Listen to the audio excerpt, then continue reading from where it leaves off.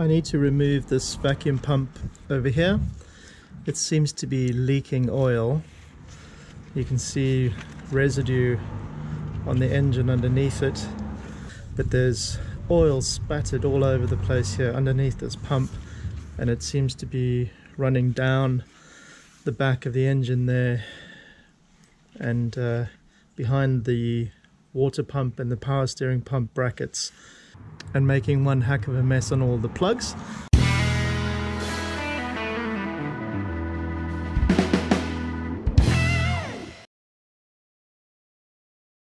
I'm going to begin by removing the two bolts. There's one I can see at the top over there, one over there, they look like 13s, and then this vacuum pipe here, which just pops off. Apparently these vacuum pumps are a problem on these vehicles, and replacing it will not only fix the oil leak, but a new one will make the van run quieter, and that is always a good thing. So let's get that thing off.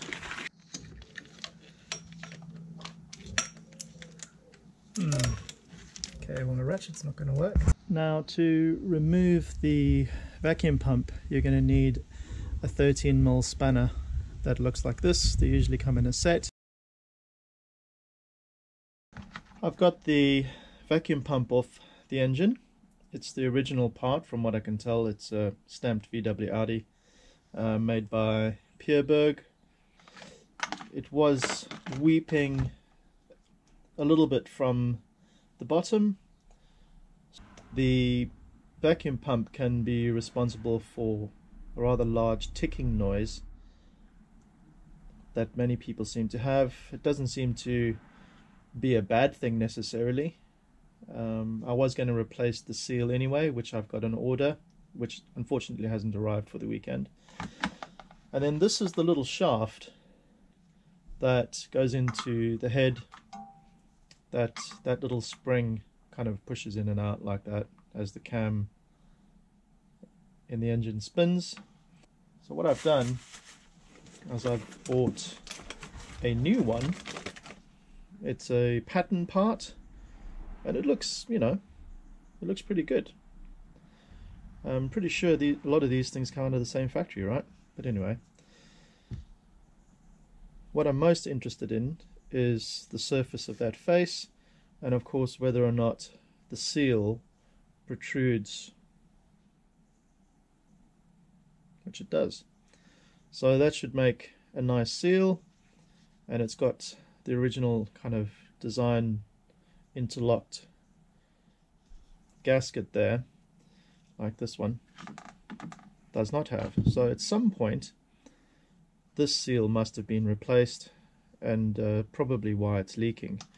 So what I'm going to do, because they're fairly easy to fit, I know it's a bit fiddly but fairly straightforward to fit and remove, so I'm going to put the pattern part on and see if the van runs any quieter, because, you know, anything that makes the van run quiet is a good thing, right? So let's give that a shot. A side-by-side comparison of these two vacuum pumps. That's the new pattern pump on the left and the original Pierberg pump on the right there.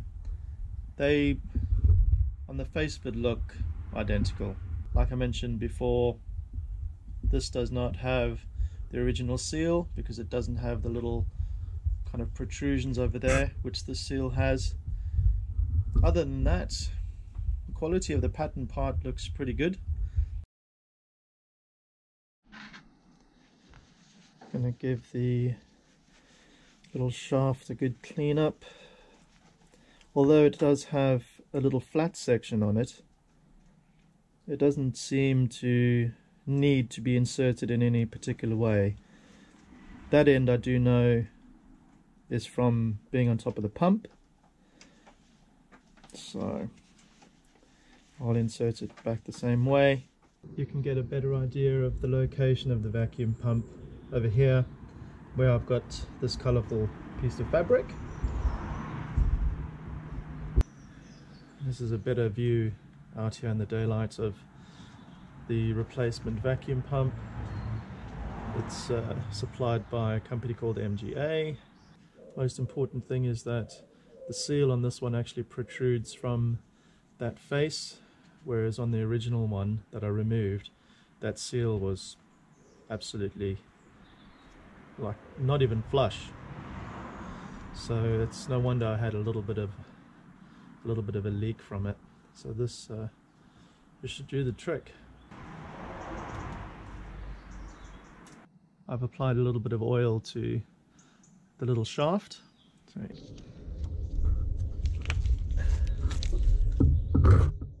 can just about see where the shaft is inserted into the head.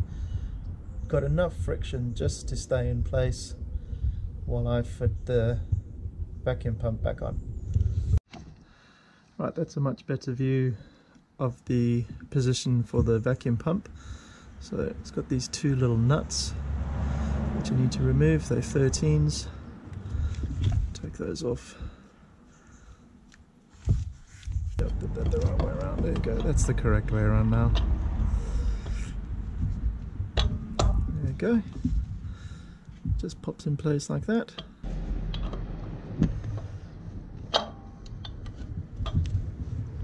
Let's get that first nut on, then I can at least release it and see what's going on up there. I'm going to use a little screwdriver here to just hold the shaft up so I can get this into position. I suspect what's happening is it's catching on the spring.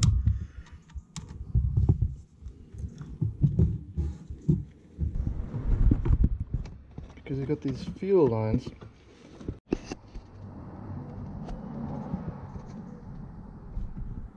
Very fiddly screw. I've managed to get a couple of threads on there now. Just inside there you can see the top of the spring, and then the shaft is on the top of that going into the head. An angled ring spanner like this will make your life so much easier. It can fit in there quite nicely. Remember, righty tighty, lefty loosey.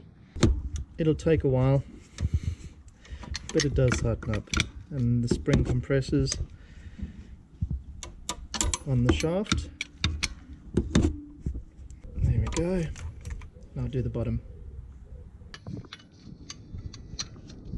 So there actually isn't enough space between the position of this vacuum pump and that nut to get a socket in here, and because of all the pipes and wires and everything underneath here, getting a normal flat ring spanner or ratchet spanner in there is just impossible. So you need one of these angled ring spanners, and it takes a while to do the nut up, but at least you can get to it, right, and make it tight.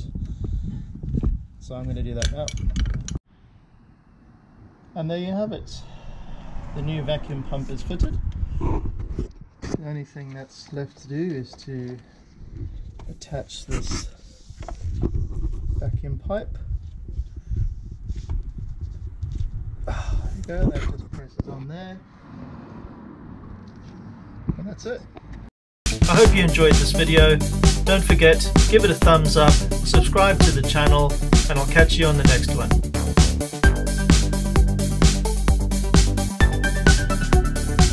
Thanks for watching.